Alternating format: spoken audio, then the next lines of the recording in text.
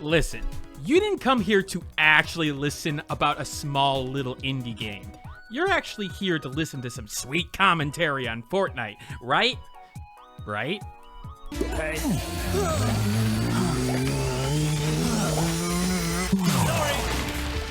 Say No More, a comedy indie single-player experience, releases today on April 9th, 2021 on the PC and the Mac for Steam and also the Nintendo Switch for $14.99, with a 10% discount during its first week, making it $13.49. It also releases on the iOS for $4.99.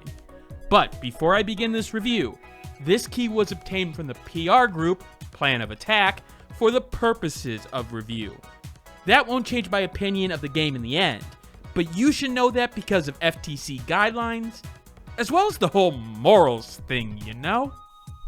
In Say No More, you play as a new intern at a global corporation.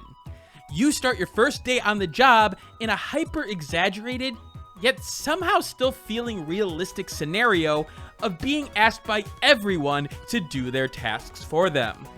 This includes everything from unjamming the printer to literally going and getting medicine for them. Moments after you arrive, your prize lunchbox is taken by your supervisor, and it seems like the world is literally beating you down to your lowest point. Luckily, however, you find a self-help tape that gives you the power to say no. Yeah, in this world, it's almost a superpower to say no, and well, you're the one that's going to bring that two-letter word back into vogue.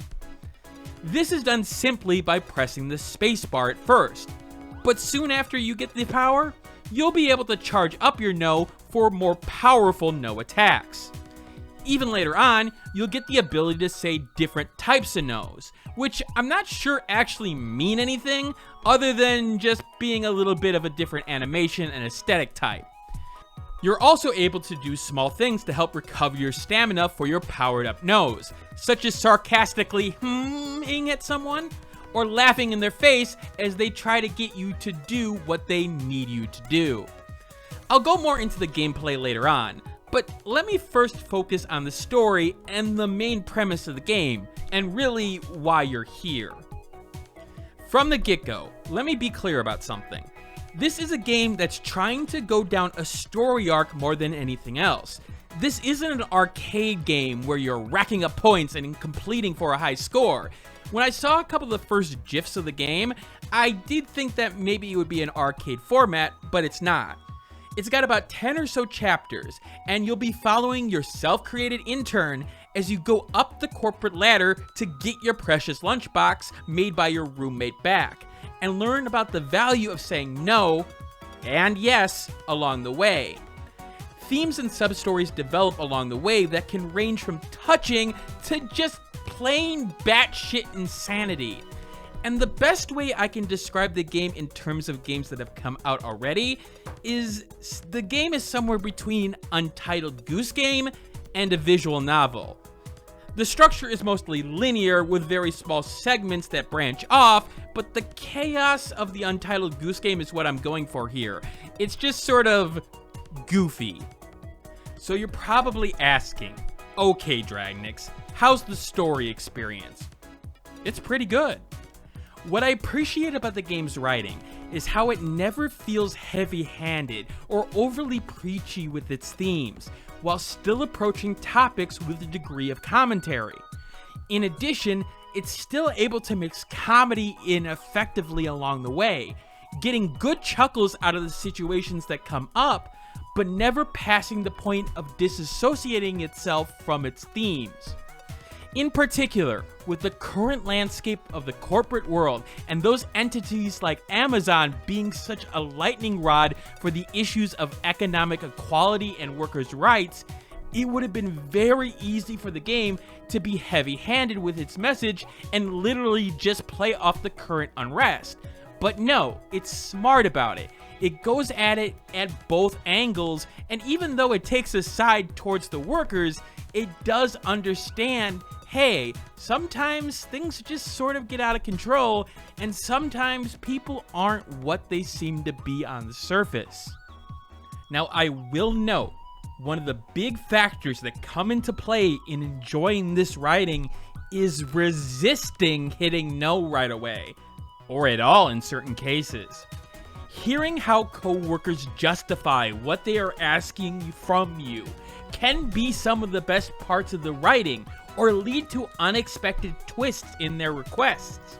Even beyond that, there are coworkers who really are there to support you, and saying no to them actually wouldn't allow you to see a little bit more behind the curtain. Sometimes the game can lead you astray in looking for those little side stories, especially if you look at the achievements and notice the Say No 99,999 times achievement and start spamming no, answering people before they can even say anything. Let me put it this way. You're going to get a lot more out of the game if you're patient with its writing, and letting time bars whittle down over time, only answering in the last third or so. That, however, leads to some of the problems I have with the overall structure of the game.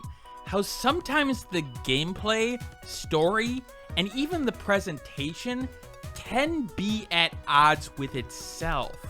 Like, there's a euphoric reaction when you're able to charge up a no and cause things to go flying with the ragdoll physics that the game uses.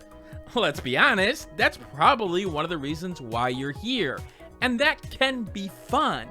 In fact, it can also lead to some of the ridiculous situations where a piece of furniture is in front of the person you're talking to. That's great, that is the comedy that I want, but I will admit, the game could have been more hilarious and fun if I controlled where our intern was going to set up some of those scenarios, but the game forces you on rails. Okay, fine, I understand why they did this, but like I said before, you also want to wait to enjoy some of the story segments, and that fights the urge to use the ragdoll physics. In addition, it feels like some of the systems here could have been taken to the next level in terms of implementation, especially from the gameplay perspective. Now, I appreciate when the game has characters react to you in different ways when your character does something to charge up their stamina, something like the or the nod.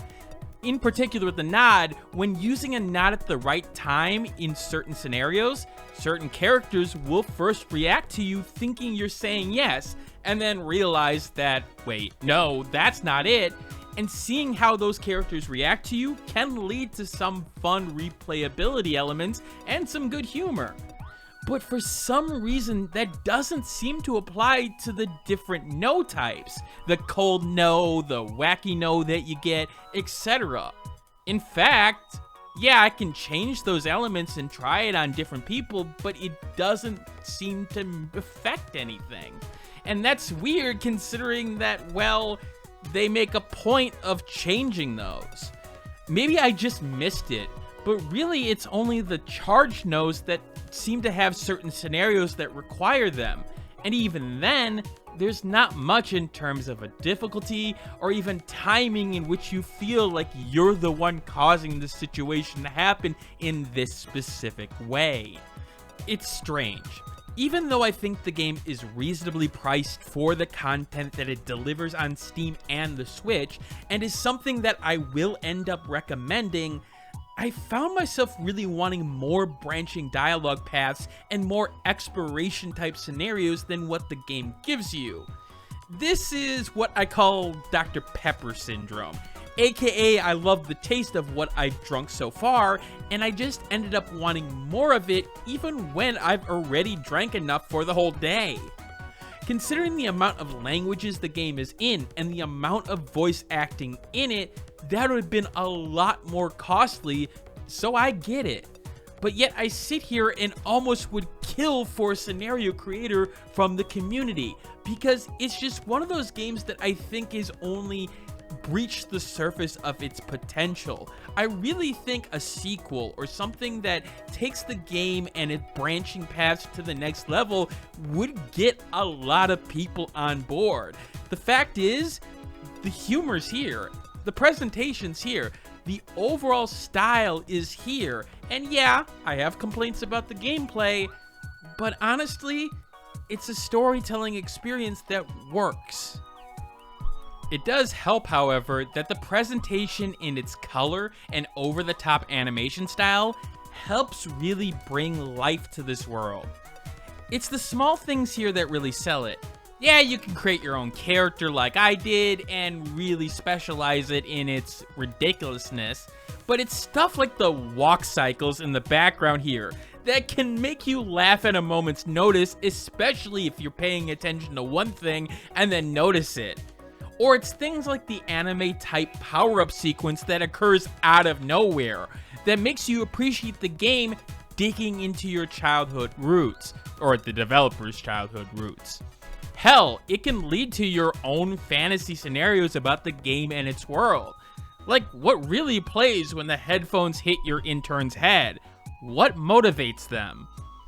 A friend if he can't handle rent. What a loser. I guess that's why he hangs out with you, so he feels better about himself. No one's a monster, just me. I can't see clearly when you're gone.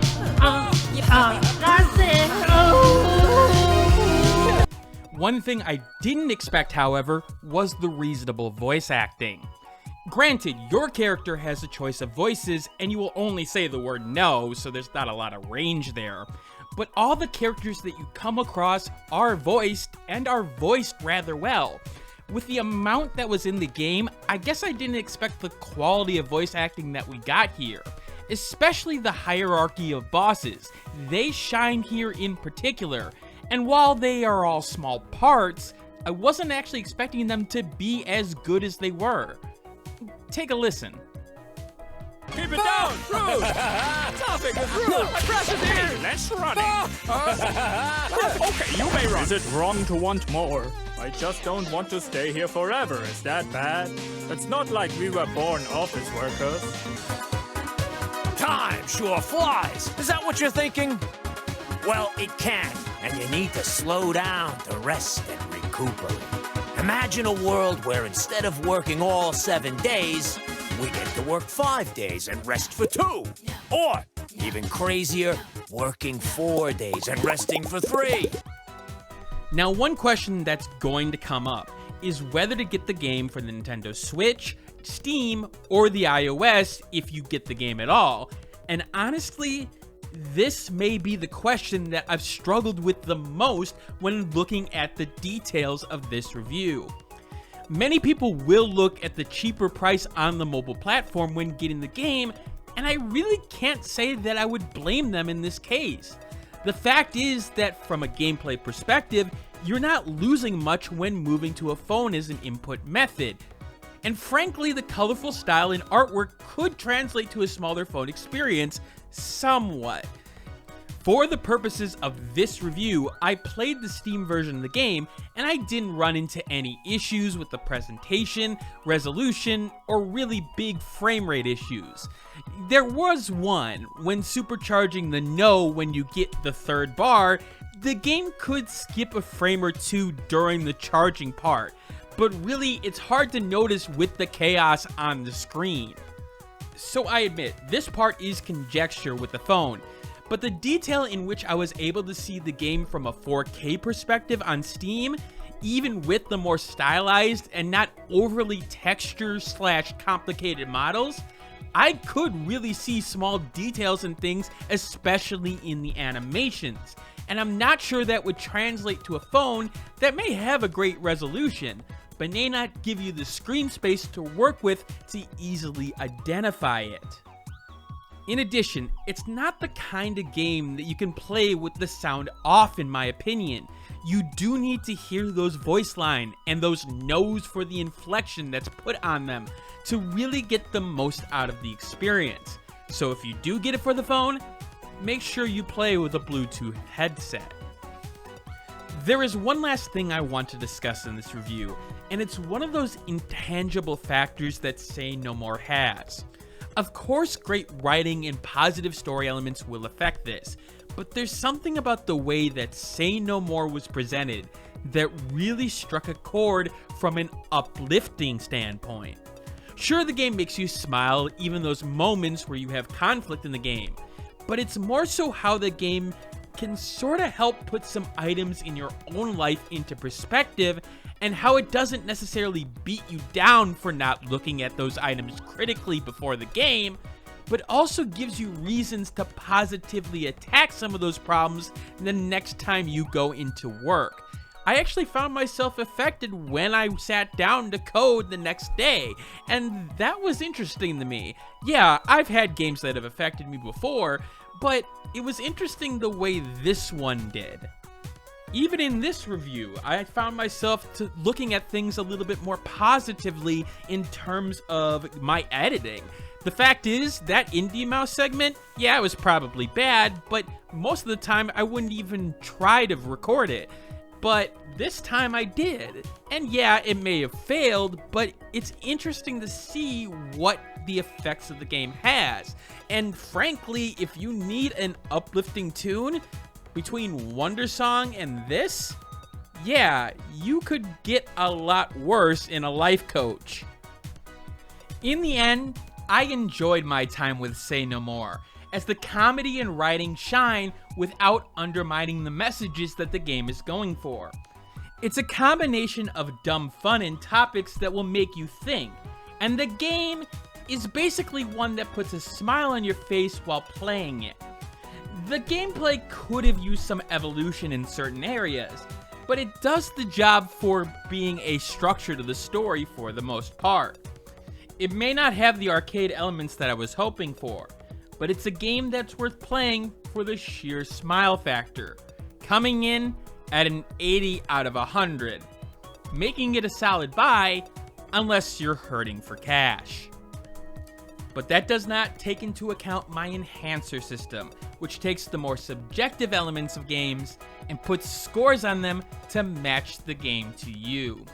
If you fall into one of the following categories, add or subtract that score to the main score.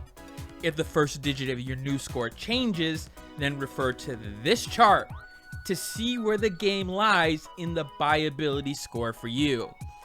As the, enhancers say, yeah, this isn't going to be for any gameplay purists, but I don't think those people are looking at this game in the first place.